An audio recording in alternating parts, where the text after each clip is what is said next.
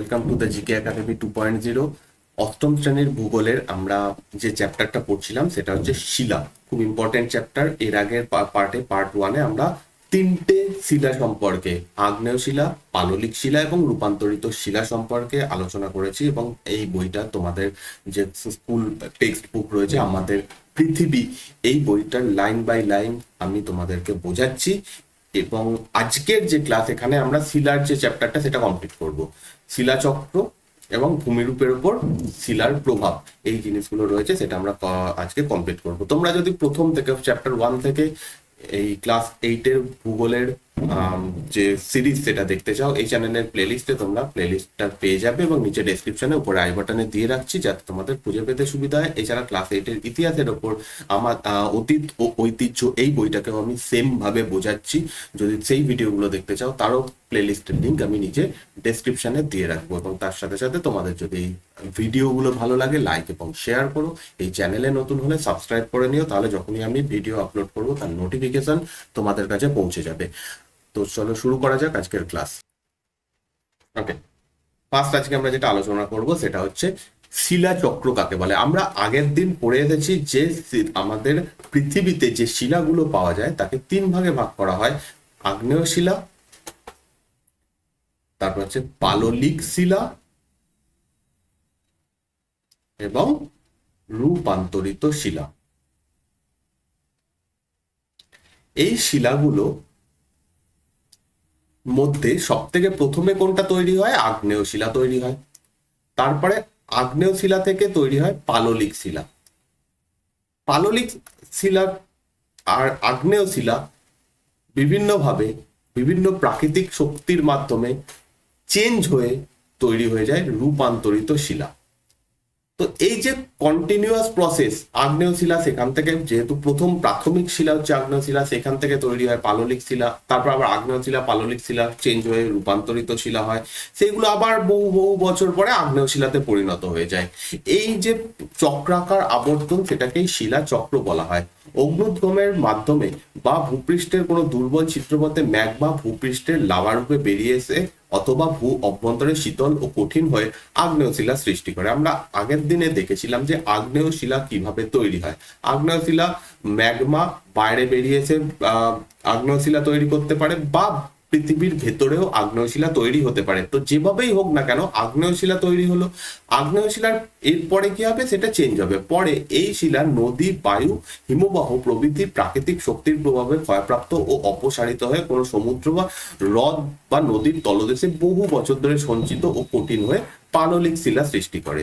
Next যে step সেটা হচ্ছে পাললিক শিলা তৈরি হওয়া। আগ্নেয় শিলা যেগুলো তৈরি হচ্ছে সেইগুলো বিভিন্ন প্রাকৃতিক শক্তি ক্ষয় করছে, যেমন নদী, বায়ু প্রবাহ, হিমবাহ, এইগুলো কি করছে? আগ্নেয় শিলাগুলোকে ভেঙে ভেঙে কেটে কেটে নিয়ে প্রবাহিত করে অন্য জায়গায় নিয়ে যাচ্ছে। সেটা হতে পারে কোনো যদি নদীর মাধ্যমে হয়, সেই নদীটা হয়তো সমুদ্রে গিয়ে পড়ছে, সেই সমুদ্রের তলদেশে জমা করছে, বা নদীর নিজের তলদেশে জমা হচ্ছে, বা হতে পারে অন্য কোনো হ্রদের তলদেশে জমা হচ্ছে, বা অন্য কোনো জায়গাতে জমা হচ্ছে। এবার সেই জমা যে পলি, সেইটা বিভিন্ন কারণে চেঞ্জ হয়ে যাচ্ছে পাললিক শিলা। এবার আগ্নেয় শিলা এবং পাললিক শিলা, এই দু ধরনের শিলা ভীষণ তাপ, চাপ এবং রাসায়নিক বিক্রিয়ার মাধ্যমে দীর্ঘ সময় ধরে পরিবর্তিত হয়ে রূপান্তরিত শিলায় পরিণত হয়। ফাইনালি আগ্নেয় শিলা আর পাললিক শিলা দুটোই পরিবর্তন হয়ে অনেক বছর ধরে ধীরে ধীরে তাপ, চাপ, বিভিন্ন রাসায়নিক বিক্রিয়ার মাধ্যমে রূপান্তরিত শিলায় পরিণত হয়। আবার বহু বছর ধরে এই 3 ধরনের শিলা ভূ আলোড়নের ফলে ভূগর্ভে প্রবেশ করলে ম্যাগমায় পরিণত হয়। আমরা আগের দিন দেখেছিলাম যে আগ্নেয় শিলা, পাললিক শিলা বা রূপান্তরিত শিলা কিভাবে তৈরি হয়। ওকে, যখন এই শিলাগুলো তৈরি হয়ে গেল মানে পাথরে পরিণত হয়ে গেল, সেটাও আবার আজ থেকে বহু বহু বছর পরে কি হবে? কোনো ভূমিকম্পের ফলে, ভূ আলোড়নের ফলে সেটা চলে যাবে মাটির নিচে। যখন মাটির নিচে চলে যাবে, মাটির ভেতরে আমাদের ভূপৃষ্ঠের অভ্যন্তরে এখনো যেহেতু গরম রয়েছে, এই শিলাগুলোই গলে যাবে। এই শিলাগুলো গলে গিয়ে কি হবে? ম্যাগমায় পরিণত হয়ে যাবে। সেই ম্যাগমা আবার পুনরায় বেরিয়ে আসবে, আবার আগ্নেয় শিলা তৈরি করবে, আবার পাললিক শিলা হবে, আবার রূপান্তরিত শিলা হবে, তারপর আবার সেটা হয়ে যাবে ম্যাগমা। তো এই ম্যাগমা থেকে আগ্নেয় শিলা সৃষ্টি হয়, আবার কখনো রূপান্তরিত শিলা বিভিন্ন প্রাকৃতিক শক্তির দ্বারা ক্ষয়প্রাপ্ত ও অপসারিত হয়ে নদী, সমুদ্র, হ্রদের তলদেশে সঞ্চিত হয়ে জমাট বেঁধে পাললিক শিলা তৈরি করে। প্রকৃতিতে শিলার উৎপত্তি এক শিলা থেকে অন্য শিলায় রূপান্তর একটি নির্দিষ্ট নিয়মে চক্রাকারে আবর্তিত হয়ে চলেছে। ফাইনালি এখানে যেটা বলা হচ্ছে, শর্ট কোশ্চেন যদি জানতে চাওয়া হয় যে শিলা চক্র কি, তাহলে এইটা বলতে হবে। আর যদি বড় কোশ্চেন বলতে দেওয়া হয় তাহলে এটা। আমি কোশ্চেন অ্যান্সার সম্পর্কে আলোচনা করব, আগে এই চ্যাপ্টার গুলো কমপ্লিট করে কোশ্চেন অ্যান্সার নিয়ে আলোচনা করব, তখন বলে দেবো কিভাবে কোশ্চেন লিখতে হবে বা কতটা লিখতে হবে। তো প্রকৃতিতে শিলার উৎপত্তি এবং এক শিলা থেকে অন্য শিলায় রূপান্তর এবং নির্দিষ্ট নিয়মে চক্রাকারে আবর্তিত হয়ে চলেছে। এইভাবে ক্রমান্বয়ে 3 প্রকার শিলার বিভিন্ন পদ্ধতিতে চক্রাকারে আবর্তনের মাধ্যমে আবর্তনের সম্পূর্ণ প্রক্রিয়াটি হলো শিলা চক্র। এখানে একটা ডায়াগ্রামের মাধ্যমে যেটা দেখানো হয়েছে যে আগ্নেয় শিলা, যেটা হচ্ছে প্রাথমিক শিলা, এই আগ্নেয় শিলা এর উপর এটা ক্ষয়প্রাপ্ত পদার্থ পরিবহন, সঞ্চয় ইত্যাদি হয়ে মানে হচ্ছে যে আচ্ছা, তার আগে প্রথমের যে স্টেপ সেটা হচ্ছে গলিত লাভা এবং ম্যাগমা। গলিত লাভা এবং ম্যাগমা, গলিত লাভা এবং ম্যাগমা মাটির তলা থেকে মাটির বাইরে এসে যেভাবে হোক আগ্নেয় শিলা তৈরি হচ্ছে, শীতল হয়ে কঠিন হয়ে আগ্নেয় শিলা তৈরি হচ্ছে। আগ্নেয় শিলা ক্ষয়প্রাপ্ত হয়ে পরিবাহিত হয়ে এবং ফাইনালি সঞ্চয় হয়। প্রথমে ক্ষয় হলো, আগ্নেয় শিলাগুলোকে ক্ষয় হলো, সেইগুলো কি হচ্ছে তারপরে নদী, হিমবাহ বা বায়ুর মাধ্যমে পরিবাহিত হলো, দিয়ে কোথাও একটা সঞ্চয় হলো, তার উপরে চাপ কাজ করে ফাইনালি কি হবে, পাললিক শিলা হবে। তো যে ক্ষয়প্রাপ্ত পদার্থ সেগুলোকে আমরা কি বলি, পলি বলি, সেগুলোকে আমরা পলি বলি। এই পলি পাললিক শিলাতে পরিণত হয়, স্তরে স্তরে সজ্জিত হয়ে তার উপর চাপ ইত্যাদি, তাপ ইত্যাদি কাজ হয়, পাললিক শিলা পরিণত হয়। পাললিক শিলা আবার কিসে পরিণত হয়, রূপান্তরিত শিলাতে। আবার আগ্নেয় শিলাও কি হতে পারে, রূপান্তরিত শিলাতে পরিণত হতে পারে। ঠিক আছে, পাললিক শিলা রূপান্তরিত শিলাতে পরিণত হতে পারে, আবার আগ্নেয় শিলাও ডাইরেক্ট রূপান্তরিত শিলা হতে পারে। ঠিক আছে, সেই রূপান্তরিত শিলা আবার কি হচ্ছে, ভূগর্ভের মধ্যে গিয়ে গলিত হয়ে আবার ম্যাগমাতে পরিণত হচ্ছে, বা হতে পারে এই রূপান্তরিত শিলা বা এই পাললিক শিলা পুনরায় ক্ষয় হয়ে পলিতে পরিণত হচ্ছে, দিয়ে আবার পলি থেকে সেটা আবার পাললিক শিলাতে পরিণত হচ্ছে। তো এই যে চক্রাকার পদ্ধতি, সেটাকে শিলা চক্র বলা হয়। ওকে, ভূমিরূপের উপর শিলার প্রভাব কি? অরিজিৎ তার মামার বাড়ি রাঁচিতে বেড়াতে গিয়েছিল, ওখান থেকে বেতলা আর নেতারহাটেও ঘুরতে যায়। এই পুরো অঞ্চলটাতে অরিজিৎ একটা বিশেষ বৈশিষ্ট্য লক্ষ্য করে, যেমন বিভিন্ন ধরনের ছোট ছোট গোলাকার টিলা। রাঁচি সহ সমগ্র ছোটনাগপুর অঞ্চলে প্রধানত গ্রানাইট শিলায় গঠিত এই প্রাচীন শিলা গঠিত ভূমিরূপ সাধারণত গোলাকার হয়। তাহলে গ্রানাইট শিলা দিয়ে গঠিত যে সমস্ত জায়গা, সেই জায়গাতে কি হয়, সেই জায়গায় গঠিত যে ভূমিরূপ সেটা গোলাকার হয়। ভূমিরূপ কি, ভূমির অবস্থা। অর্থাৎ আমরা যদি ভূমির অবস্থা দেখি, সব জায়গাতে তো সমান নয়, একদম সমতল নয়, কোথাও পাহাড় রয়েছে, কোথাও মালভূমি রয়েছে, আবার কোথাও সমভূমি রয়েছে। এই যে পৃথিবীর ওপরে বিভিন্ন অবস্থা, পাহাড়, পর্বত, মালভূমি, ভূমির যে অবস্থা, ঢাল, এইটাকে আমরা ভূমিরূপ বলি। বিভিন্ন জায়গায় বিভিন্ন রকমের ভূমিরূপ হওয়ার পেছনে শিলার একটা গুরুত্বপূর্ণ ভূমিকা রয়েছে। যেমন গ্রানাইট শিলা দিয়ে যদি গঠিত কোনো জায়গা হয়, সেখানে কি হবে, সেখানে যে গঠিত ভূমিরূপ সেটা গোলাকার হয়, এইরকম টাইপের হয়, এইরকম টাইপের হয়। ওকে, এইরকম টাইপের গোলাকার টাইপের হয়। ছোটনাগপুর মালভূমি অঞ্চল, এটা কোথায় অবস্থিত, রাঁচিতে অবস্থিত। পশ্চিমবঙ্গে কিছুটা অংশ রয়েছে, যে যদি পুরুলিয়ায় যাওয়া যায় তাহলে সেখানে এইরকম ভূমিরূপ দেখা যাবে, তো গোলাকার হয়। এবার ফারার কথা বলা হচ্ছে, ফারা গেছিল কোথায়, মহারাষ্ট্রের পঞ্চগনি মহাবালেশ্বর অঞ্চলে। সেখানে 4টা মাথা বিশিষ্ট টেবিলের মতো ভূমিরূপ দেখতে পায়। এই জায়গাটা দাক্ষিণাত্য মালভূমির ডেকান ট্র্যাপ এর অংশ। এই অঞ্চলে ব্যাসাল্ট জাতীয় ক্ষারকীয় শিলায় গঠিত হয়। এখানকার ভূমিগুলো অনেকটা চ্যাপ্টা আকারের। যদি মহারাষ্ট্র, কর্ণাটক এই অঞ্চলে যাওয়া হয়, তাহলে সেখানে যেটা পাওয়া যাবে, দাক্ষিণাত্য মালভূমি। আর দাক্ষিণাত্য মালভূমির একটা বৈশিষ্ট্য হচ্ছে, এখানে দেখা যায় ডেকান ট্র্যাপ। এই জিনিসটা কি, এই যে, এবং এই যে আগে ডেকান ট্র্যাপ কি বোঝাচ্ছি তার আগে, এই অঞ্চলটা ব্যাসাল্ট শিলা দিয়ে তৈরি হয় এবং ব্যাসাল্ট শিলা হয় এখানের ভূমিগুলো অনেকটা চ্যাপ্টা হয়, এরকম হয় চ্যাপ্টা, আগেরটার মতো এরকম গোলাকার হয় না, এটা এবার কিরকম হয় এরকম চ্যাপ্টা টাইপের হয়। এবারে ডেকান ট্র্যাপ কি, ডেকান ট্র্যাপ অনেকটা সিঁড়ির মতো দেখতে, এই যে চ্যাপ্টা পাহাড়গুলো, এই চ্যাপ্টা পাহাড়গুলো এরকম স্টেপে স্টেপে অবস্থান করে, দূর থেকে দেখলে মনে হবে সিঁড়ি রয়েছে, সিঁড়ি দাঁড় করানো রয়েছে, তো সেই জন্য এটাকে ডেকান ট্র্যাপ বলা হয়। তো এই ডেকান ট্র্যাপ অঞ্চলের যে ভূমিরূপ সেটা হচ্ছে এরকম টেবিলের মতো চ্যাপ্টা হয়। ওকে, ইমরান চেরাপুঞ্জি মৌসিনরামে ঘুরতে গিয়ে চুনাপাথরের গুহা দেখতে পায়। গুহার ছাদ থেকে ঝুলতে থাকা চুনাপাথরের পাথরের দণ্ডকে বলে স্ট্যালাকটাইট। এটা ইম্পর্টেন্ট, খুব ইম্পর্টেন্ট, যে চুনা পাথরের যে দণ্ড দেখা যায়, ঝুলতে যে দেখা যায় চুনা পাথর যুক্ত অঞ্চলে, সেটাকে বলা হয় কি, সেটা হচ্ছে স্ট্যালাকটাইট। গুহার মেঝে থেকে উপরের দিকে জমে থাকা চুনাপাথরের দণ্ডকে বলা হয় স্ট্যালাগমাইট। গুহার মেঝে থেকে উপরের দিকে জমে থাকা চুনা পাথরের দণ্ডকে বলা হয় স্ট্যালাগমাইট। এই স্ট্যালাকটাইট আর স্ট্যালাগমাইট জুড়ে গিয়ে চুনাপাথরের স্তম্ভ তৈরি করে। আবার চুনাপাথরযুক্ত অঞ্চলে নদী বা বৃষ্টির জল মাটিকে দ্রুত ক্ষয় করে ভূগর্ভে ছোট ছোট বড় নানা আকৃতির গর্ত সৃষ্টি করে। ঠিক আছে, এই ধরনের ভূমিরূপকে কার্স্ট ভূমিরূপ বলা হয়।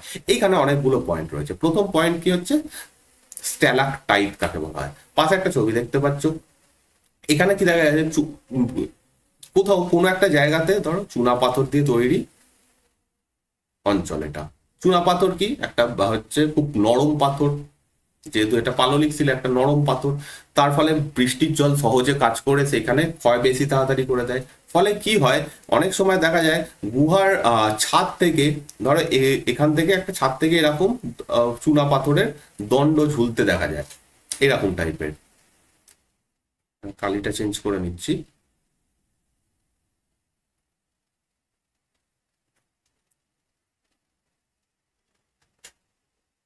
অনেকটা এইরকম টাইপের, এই যে যেটা এখানে ঝুলতে দেখা যাচ্ছে, এটাকে কি বলা হয়, স্ট্যালাকটাইট।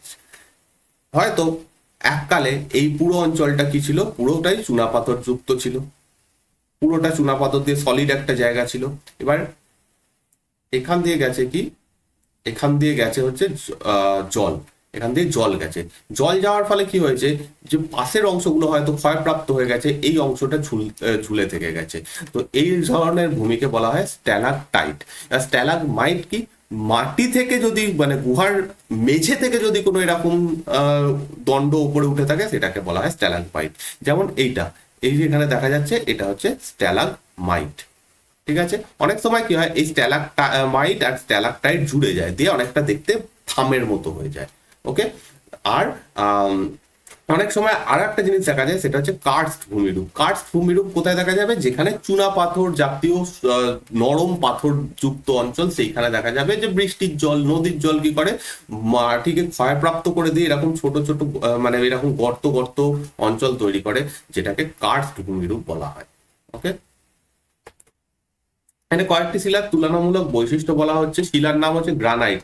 গ্রানাইট কি ধরনের শিলা, আগ্নেয় শিলা, আগের দিনে আমরা দেখেছি, গোলাকার হয়। এখানকার এই শিলা দিয়ে মানে গ্রানাইট শিলা দিয়ে গঠিত ভূমিরূপ গোলাকার হয় এবং রূপান্তরিত রূপ হচ্ছে নিস। গ্রানাইট শিলা রূপান্তরিত হয়ে নিস হয়।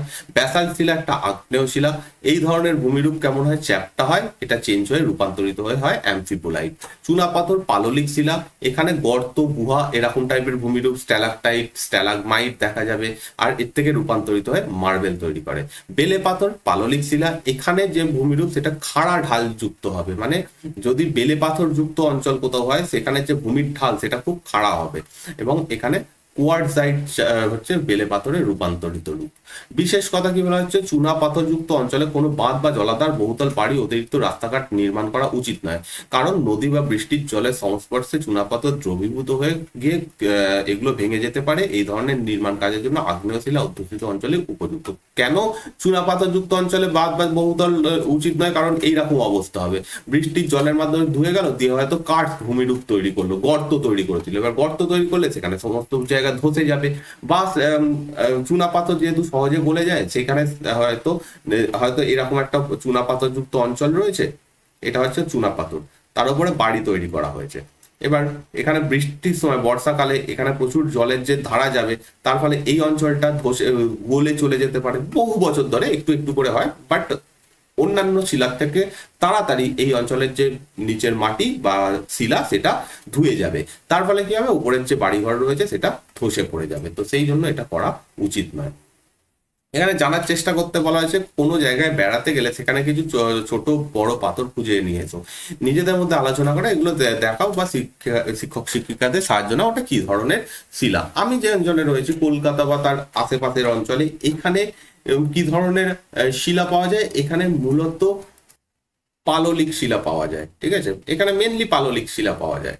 যারা পুরুলিয়া বাঁকুড়া এই অঞ্চলে রয়েছে তাদের ওখানে কি ধরনের শিলা পাওয়া যাবে, মেনলি আগ্নেয় শিলা, গ্রানাইট জাতীয় শিলা দিয়ে সেখানে তৈরি হবে। ঠিক আছে, আবার যদি যারা হিমালয় পার্বত্য অঞ্চলে রয়েছে সেখানে বেলে পাথরের বেশি প্রাধান্য দেখা যাবে। এইরকম আমাদের চারপাশের কোনো বিশেষ দ্রষ্টব্য স্থান বা স্থাপত্য কার্য থাকলে তা কোন শিলায় জানার তৈরি কর চেষ্টা করে। যেমন আমার পাশে পাশে যদি দেখি আমি বলতে পারি ভিক্টোরিয়া মেমোরিয়াল রয়েছে। ভিক্টোরিয়া কিসের কোন পাথরের তৈরি? ভিক্টোরিয়া হচ্ছে মার্বেল পাথরে তৈরি, যেটা একটা রূপান্তরিত শিলা। রেল লাইনের মাঝে থাকা শিলার নাম কি? এই ধরনের শিলা এখানে রাখা হয় কেন? রেল লাইনের ধারে ধারে পাথর, কালো রঙের পাথর দেখা যায়। এই পাথরগুলো ব্যাসাল্ট শিলা দিয়ে তৈরি হয়। এটা কেন রাখা হয়? রেল লাইনের ধারে, এটা যদি রেল লাইন হয়, এখানে কেন পাথর রাখা হয়? কারণ যে ট্রেনটা যায় ওপর দিয়ে যে ট্রেনটা যায় তার ওয়েট খুব বেশি হয়। এবার সেই ওয়েটটা যদি ডাইরেক্ট মাটির সঙ্গে রেল লাইনকে পাতা থাকতো, কোনো পাথর না দেওয়া হতো, তাহলে রেল গাড়ির চাপে সেই লাইন মাটিতে বসে যেত। এই পাথরগুলো কি করছে, স্প্রিং এর মতো কাজ করে, রেল লাইনকে পুরো বসে যেতে দেয় না। ওকে, গ্রানাইট শিলা চিকচিক করে কেন? কারণ তার মধ্যে কেলাস দেখা যায়, তাই জন্য আমরা আগের দিন পড়েছি কেলাস দেখা যায়। তোমার কাছে কোনো শিলা বা খনিজ থাকলে একটু উত্তপ্ত করে দেখো কোন শিলা তাড়াতাড়ি গরম হয় আর কোন শিলা বেশিক্ষণ গরম থাকে। যে কোনো আগ্নেয় শিলা তাড়াতাড়ি গরম হবে কিন্তু তাড়াতাড়ি ঠান্ডা হয়ে যাবে, সেই তুলনায় পাললিক শিলা বেশিক্ষণ গরম থাকবে। পেন্সিলের শীষ কোন শিলা দিয়ে তৈরি? এটা পেন্সিলের শীষ গ্রাফাইট দিয়ে তৈরি।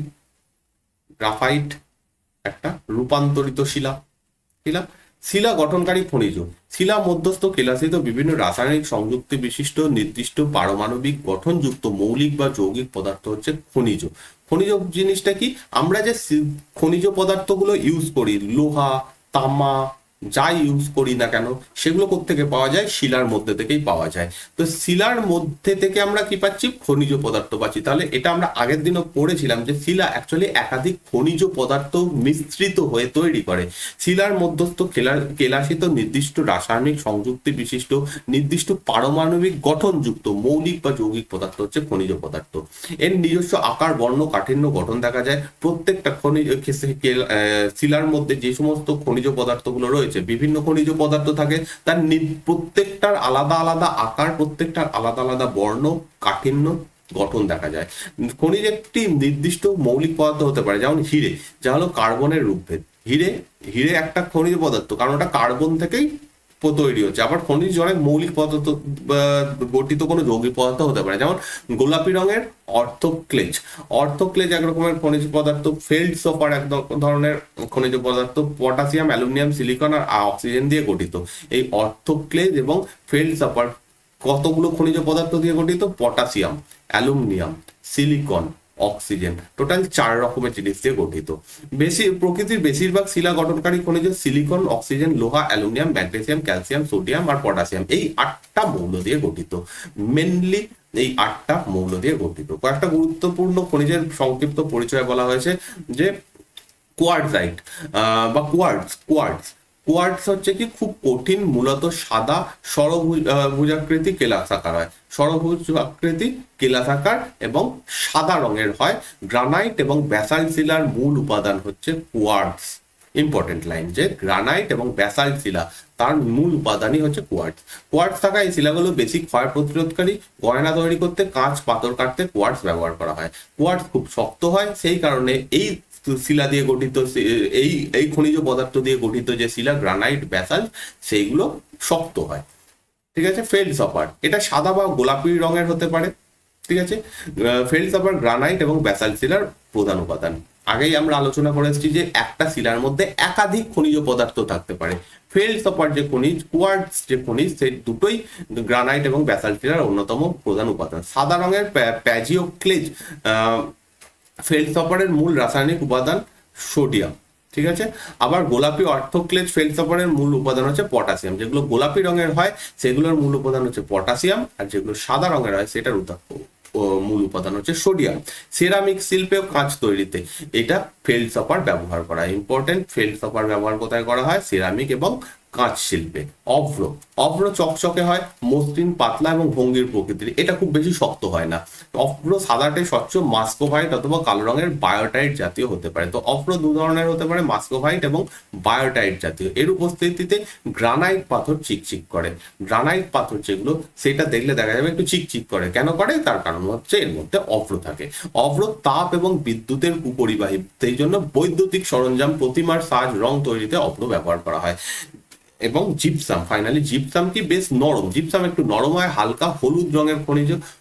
জিপসাম ক্যালসিয়াম সালফেটের জলযুক্ত কেলাস। সিমেন্ট শিল্পে জিপসাম খুব বেশি পরিমাণে ব্যবহার করা হয়। আমরা যে সিমেন্ট ব্যবহার করি তার একটা গুরুত্বপূর্ণ উপাদান হচ্ছে জিপসাম। এছাড়া সার তৈরিতে, নির্মাণ কাজে জিপসাম ব্যবহার করা হয়। জানার বিষয় বলছে কি, খনিজের কাঠিন্য পরিমাপের স্কেল হলো মোহ। এটা ইম্পর্টেন্ট। একটা খনিজ পদার্থ কতটা কঠিন সেইটা মাপার জন্য আমরা যে স্কেল ব্যবহার করি তার নাম মোহ। যেমন আমরা দূরত্ব মাপার জন্য কিলোমিটার ব্যবহার করি, ওজন মাপার জন্য গ্রাম, কিলোগ্রাম ব্যবহার করি, তেমনি ভাবে হচ্ছে কাঠিন্য মাপার জন্য মোহ স্কেল ব্যবহার করি, যার মাত্রা হচ্ছে 1 থেকে 10। এর স্কেল অনুযায়ী সর্বনিম্ন কাঠিন্য হচ্ছে খনিজ হলো ট্যাল্ক, এবং সর্বোচ্চ কাঠিন্যের খনিজ হলো হিরে, 10। এখানে যে স্কেল আছে 1 থেকে 10 অব্দি রয়েছে। 1 মানে খুব নরম, আর 10 মানে খুব শক্ত। 1 হচ্ছে সব থেকে কম কাঠিন্য রয়েছে কোন খনিজের, সেটা হচ্ছে ট্যাল্কের। আর সব থেকে বেশি কাঠিন্য রয়েছে হিরের, 10। এখানে একটা কোশ্চেন করা হচ্ছে, আমি দেখতে চকচকে সাদা বা কালো রঙের, আমি নরম, সহজেই পাতের মতো বেঁকে যাই, গ্রানাইট শিলার একটি মূল খনিজ উপাদান। আমি বলতে পারো আমি কি? আমরা এখনই পড়ে এলাম, এটা হচ্ছে অভ্র। উত্তর হবে কি? অভ্র। নেক্সট, খনিজের প্রভাব কি? প্রকৃতিতে খনিজের প্রভাব খুব স্পষ্ট। লোহা অথবা বক্সাইট সমৃদ্ধ ভূমির উপরিস্তর বেশ শক্ত ও লাল রঙের হয়। আমরা এখনো তোমাদের কোনো চ্যাপ্টারে ভারতের যে মৃত্তিকা এটা পড়ানো হয়নি, মাটি পড়ানো হয়নি। সেখানে আমরা দু ধরনের মাটি পাবো, যখন পড়বে তখন দেখবে, লাল মাটি আর ল্যাটেরাইট মাটি। এই মাটিটা লাল রঙের হয় কেন? এই মাটিগুলো লাল রঙের হয় কারণ তাতে লোহার পরিমাণ বেশি থাকে। আবার জিপসাম যুক্ত মাটি নরম, হালকা হলুদ রঙের হয়। নরম ক্যালসাইট খনিজ থাকলে তার চুনাপাথর সৃষ্টি করে এবং যথেষ্ট ক্ষয়প্রবণ হয়।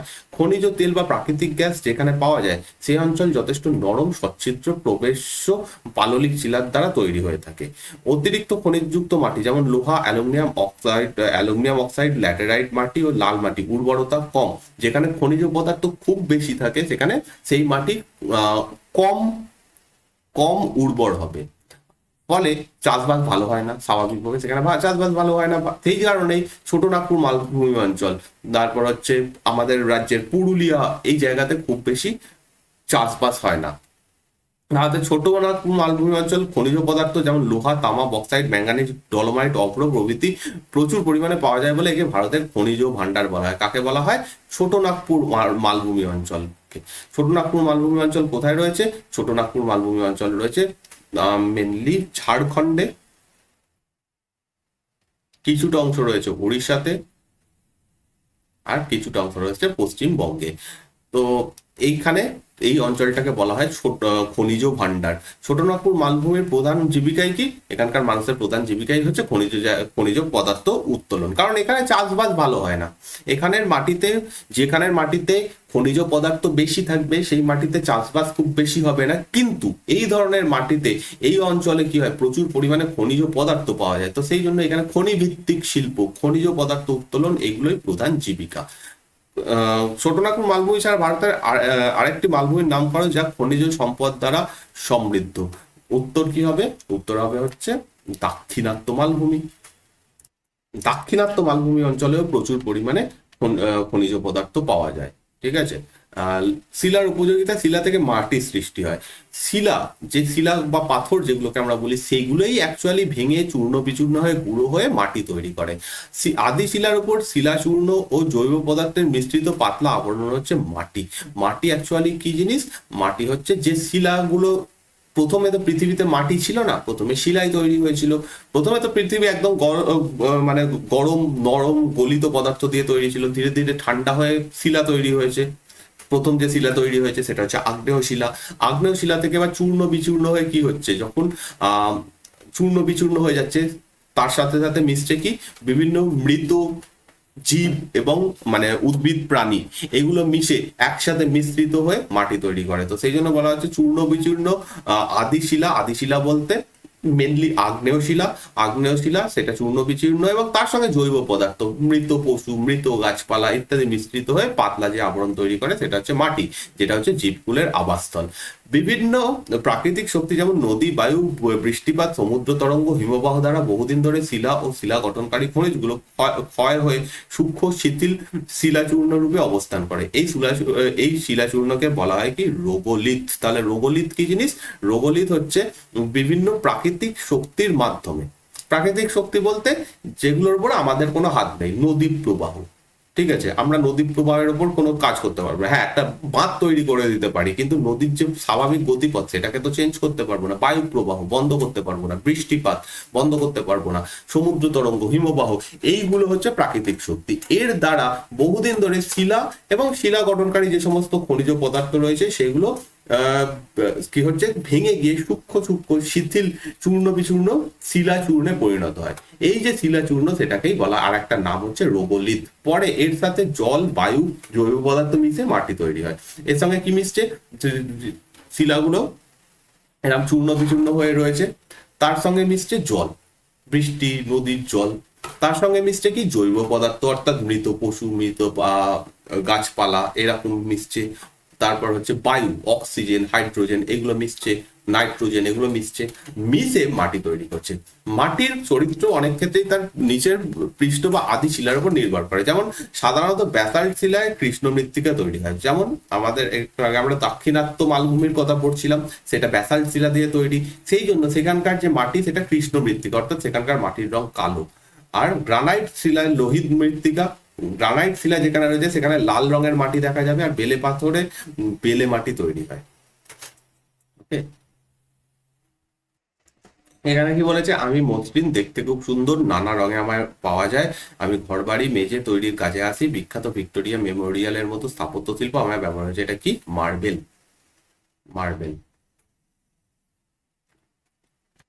আমি খুব শক্ত সূক্ষ্ম দানার কালো ধূসর রঙের শিলা, রাস্তাঘাট নির্মাণে আমার ব্যবহার হয়ে থাকে। আমার মধ্যে দিয়ে জল সহজে প্রবেশ করতে পারে। এটার উত্তর কি হবে? ব্যাসাল্ট। ব্যাসাল্ট হবে। এখানে বলা হয়েছে ঠিকঠাক মিলিয়ে ফেলো। তো এখানে এই স্তম্ভের সঙ্গে যেগুলো এখানে মেলাতে হবে, তো এদিক থেকে আমরা মেলাবো গোলাকার ভূমিরূপ। গোলাকার ভূমিরূপ আমরা দেখেছি কোথায়? গ্রানাইট শিলা দিয়ে গঠিত যে ভূমি হয় সেগুলো গোলাকার ভূমিরূপ হয়। নেক্সট, শিলার রূপান্তরের একটি কারণ প্রচন্ড চাপ। শিলার রূপান্তরের একটি কারণ হচ্ছে প্রচন্ড চাপ। নেক্সট হচ্ছে জিপসাম। জিপসাম হচ্ছে একদম লাস্টেরটা হবে, ক্যালসিয়াম সালফেট। পরে এগুলো একটু আগে আমরা সমস্ত বইয়ের মধ্যেই পেয়েছি, চ্যাপ্টারের মধ্যেই বলা ছিল। তো জিপসাম হবে। স্ট্যালাক টাইট কোথায় হয়? যেখানে চুনা পাথর বেশি থাকবে সেই জায়গাতে স্ট্যালাক টাইট আর স্ট্যালাক মাইট দেখা যায়, তো স্ট্যালাক টাইট চুনা পাথর হবে। চ্যাপ্টা ভূমিরূপ কোথায়? ব্যাসাল্ট। ব্যাসাল্ট শিলা দিয়ে গঠিত অঞ্চল চ্যাপ্টা ভূমিরূপের হয়। তারপর রূপান্তরিত শিলা, মার্বেল একটা রূপান্তরিত শিলা। এখানে উপরে একটা বাকি থাকছে, বেলে পাথর হচ্ছে পাললিক শিলা। বেলে পাথর হচ্ছে পাললিক শিলা। আর পটাশিয়াম আর্থোক্লেজ ফেল্ড সফার হবে। তো এটা এইভাবে মেলাতে হবে। নেক্সট বলা হচ্ছে কি আমাদের জীবনে শিলার ব্যবহার। ব্যাসাল্ট তৈরি। ব্যাসাল্টে তৈরি কি কি জিনিস? ব্যাসাল্টে তৈরি সব থেকে ইম্পর্টেন্ট হচ্ছে যেটা রেল লাইনের ধারের যে পাথর সেটা হচ্ছে ব্যাসাল্টে তৈরি হয়। এছাড়া বিভিন্ন জায়গাতে ফুটপাত বা এখানে এরকম টাইপের পাথর দেখা যায়, সেইগুলো তৈরি হয় ব্যাসাল্ট দিয়ে। আগ্নেয় শিলার ব্যবহার বা ব্যাসাল্ট শিলা একটা আগ্নেয় শিলা। আবার গ্রানাইট, গ্রানাইট দিয়ে আমরা মেনলি নির্মাণ কাজে ব্যবহার করি গ্রানাইট। পাললিক শিলা দিয়ে, পাললিক শিলা দিয়ে আমরা চুনা পাথরের তৈরি মূর্তি, আমরা বিভিন্ন জায়গাতে দেখে চুনা পাথরের মূর্তি, বেলে পাথরও সৌধ নির্মাণে ইত্যাদিতে ব্যবহার করা হয়। রূপান্তরিত শিলার ব্যবহার, রূপান্তরিত শিলা হচ্ছে স্লেট তৈরি করতে রূপান্তরিত শিলা ব্যবহার করা হয়, হচ্ছে মার্বেল তৈরি করতে, মার্বেল দিয়ে বিভিন্ন, যেমন হচ্ছে তাজমহল বা ভিক্টোরিয়া মেমোরিয়াল, এগুলো মার্বেল দিয়ে তৈরি।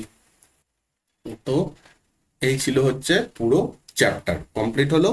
নেক্সট আমরা পরের চ্যাপ্টার 4 নম্বর চ্যাপ্টার এর পরের ক্লাসে শুরু করবো। থ্যাংক ইউ এই ভিডিওটা দেখার জন্য।